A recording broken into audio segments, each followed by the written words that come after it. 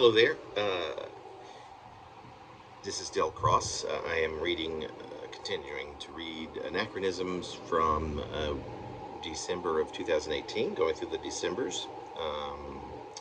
We've gone through, this May 13, and we've got about 5 more years of Decembers left. But we're almost finished with 2018. Here's another I think this is a strange poem. Get prepared. It's a Star Trek-y poem. It's a Vulcan poem. The poem takes place on Vulcan, the planet where Mr. Spock is from. Don't know why. And it's another one of Stephen Colbert's sticker poems. As you'll recall, this is the 5th one, which I capital V 5 with an asterisk. And here's what the explanation for this that Colbert puts into his. Well, it's my explanation along with Colbert's explanation of what these stickers are. The title of this poem is from a page from Stephen Colbert's I Am America and So Can You, which has a set of stickers, each with a phrase which he recommends using to show that you're the man in charge or that you've got it all under control. To be used especially when the male reader actually has no clue. Like it's just a response, just an automatic response, I guess. Or simply isn't interested or even paying attention. It's just something that his little helpful phrases that you can use that are helpful in such situations. And in this particular case, the phrase that you can just toss out, just out of nowhere, if you just are not interested and not paying attention, is John 3:16. Stephen Colbert sticker poem 5. Posted Wednesday, December the 26th, 2018. As I said, poem Anachronism 2812. On that day, get ready, the 6 volunteers walked over the edge of the precipice, stopped for a moment, huddled in front of it, then, as directed by the first in line, moved forward, following him one by one into and completely through the massive oval of ancient rock that had been sacred to the planet's inhabitants ever since as far back as their recorded history. And no one knew how long before that. But no one, at least in recorded history, had ever dared to go where no Vulcan had knowingly gone before.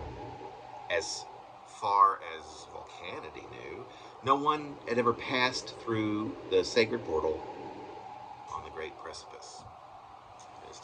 Till now. The sacred portal, the line of individuals making their way to and through the great portal were each volunteers, mostly made up of academic veterans of research, along with a few of the eccentrics who lived further up the mountain upon which the precipice and its portal stood. Each individual who passed through the chute, made of sheer rock, which burned a bright shade of bronze on clear days, such as this one, which was due to an admixture of heavy metal mixed with the planet's typical mantle, once, on the other side, found that they entered a void filled with nearly blinding solid white. Not quite light, that was thicker than it could possibly be. In fact, it was so dense that as such of the travelers looked back to observe the side of the portal from the perspective that, to their knowledge, no Vulcan had ever seen, no trace of it could be seen. There was nothing but the intense bright light, bright white. Each Vulcan learns at a very young age that even with ardent, steady, open-minded focus in one direction or at one thing for any significant duration of time, any conclusions applied by logic about what was seen might be about as far from the reality as imaginable. In other words, logic does not always win, even for Vulcans. There is and will always be the inexplicable, the unexplainable, illogic. Nevertheless, what with imagination being one of any typical Vulcan's weakest link, what does one use to make any progress with a subject encountered that, with standard logic, is only misunderstood inappropriately managed or dealt with, or worse, is an undefeatable enemy to civilization and harmony.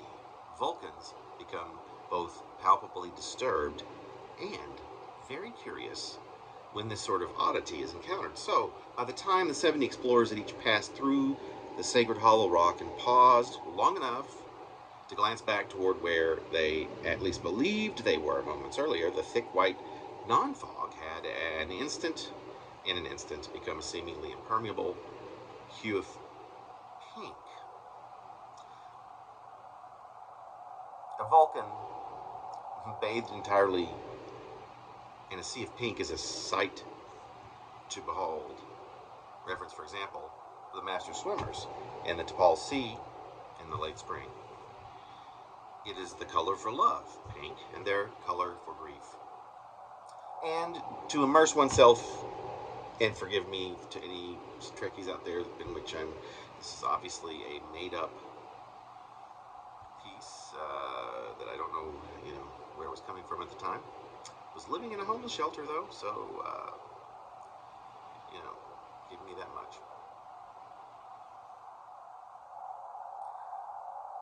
Pink. It is the color for love, pink, and their color for grief. And to immerse oneself in it is to encounter within oneself the dichotomy, that primary conflict which the proud race has successfully quelled as far back as the established historical record goes. When bathed in this present pink light, each individual experience was deep and unrelenting. It was pure emotion. And emotions are logical. To express them, to even allow them even sparingly into consciousness, was lowbrow, if you will. Yet oddly, it was the primary ritual catalyzed by walking into the hallowed caverns where inside nothing existed except a vivid pink intensity, which could somehow, upon being temporarily sealed in an airtight manner, allowed movement and breath within. Each Vulcan father would experience for a day, a night, and another day until dusk, directly after the birth of his firstborn. Several of today's volunteer explorers had never even experienced this ritual, this roller coaster through heartbreak and ecstasy and everything in between. A few hours after being lowered into one of these pink caverns, there was what was termed in Vulcan something that roughly translated was the reversal. A moment when all the rosy lights, passion began to subside, and then slowly disappear altogether. Nothing is left. Perception is momentarily eradicated. Nothing is perceived by either of the 7 Vulcan hypersenses. There is no negativity, no positivity. There is no love, no vengeance, neither pain nor joy. There is only the nothingness within the trajectory of the genesis of life to its culmination, to its inevitable extinction. The drop, sheer as it wasn't actually a drop at all. What was perceived as precipice was rather the mere top of what might best be described as a swarm of poisonous green blood that coexisted with the mighty pulse of existence, the unusual longevity of a race that had always evolved and swiftly toward some ideal. The swarm, however, had also preexisted and had moved beyond ideal, and it would outlive the pulse. There was no sensation, to be sure. There was, I know what you know, and there was, I feel what you feel.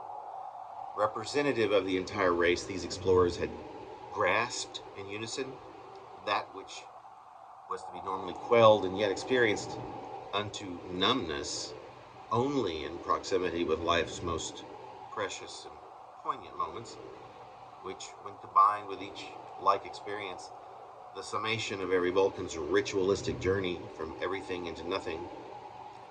Their thoughts, as the beings each flew or fell into the nothing of all nothings, were melded with those of the green swarm. I'm still now describing not these passengers moving into this portal to which they don't know where it goes, but the ritual, I guess, after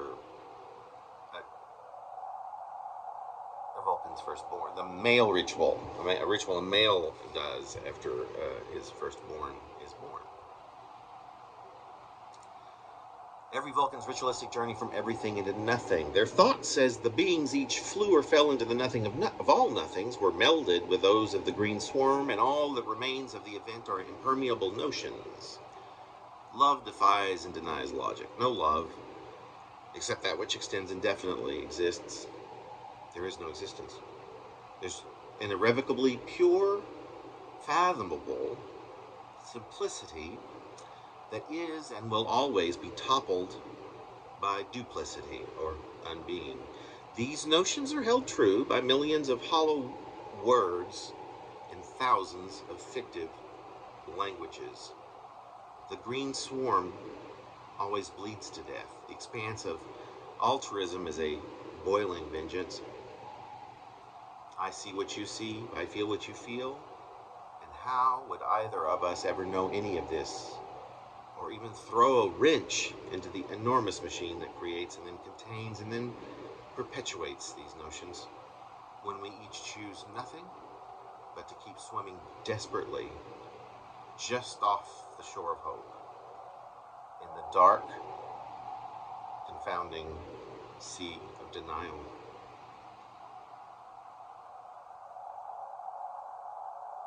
Not sure.